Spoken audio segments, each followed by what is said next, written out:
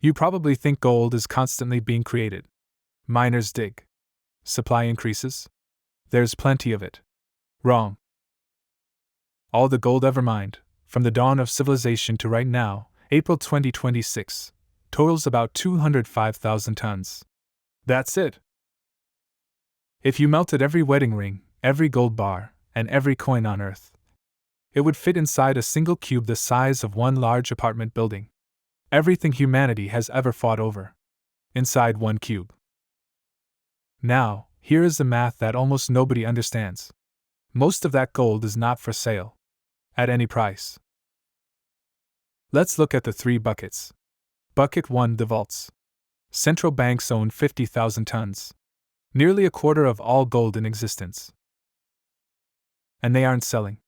In 2024 and 2025, they bought gold at the fastest pace in decades. When a government buys gold, they don't trade it. They lock it in a hole in the ground. For 50 years. That 25% of global supply? It's effectively gone. Bucket 2, the heirlooms. 85,000 tons sit in jewelry. Family dowries in India. Wedding rings in Europe. Heirlooms in China. People do not melt their grandmother's jewelry because the price went up 10%. At $4,571 an ounce, that supply stays frozen. It would take a total global collapse to shake that gold loose. So another 40%? Gone. Now do the math. 205,000 total. Minus the government vaults. Minus the family jewelry. You're left with roughly 60,000 tons that could theoretically trade. But even that is a lie. Most of that is held by investors who are waiting for $10,000. The truly liquid supply, the gold someone will actually sell you today, is tiny. Maybe 15,000 tons. Worldwide. That is incredibly small. Now look at the new gold. Mining adds about 3,500 tons a year. But central banks are currently absorbing 1,000 of those tons immediately. That leaves 2,500 tons for the entire rest of the world. Every ETF. Every sovereign fund. Every retail investor. Every tech company. That's not just tight.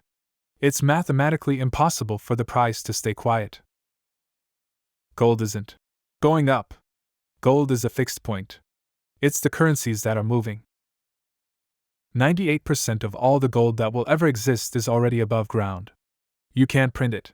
You can't innovate more of it into existence. And the biggest financial players on Earth are quietly hoarding it. That should make you pause. Where does this go? 3 paths. Path 1, the base case.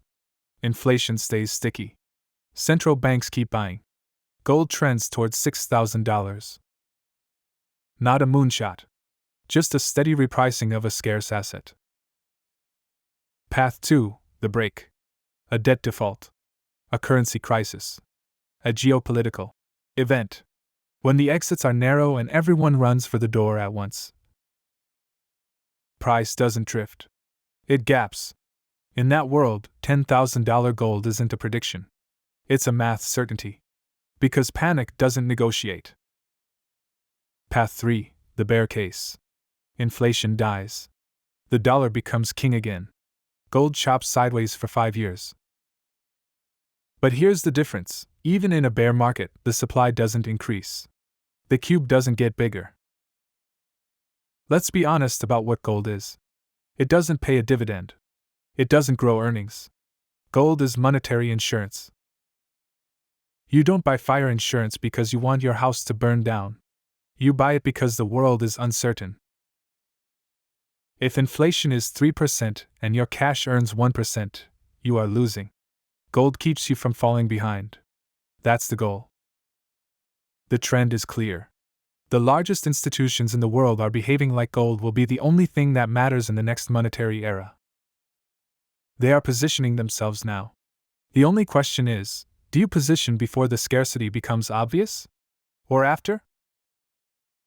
Because once it's obvious, the price won't be $4,500 anymore.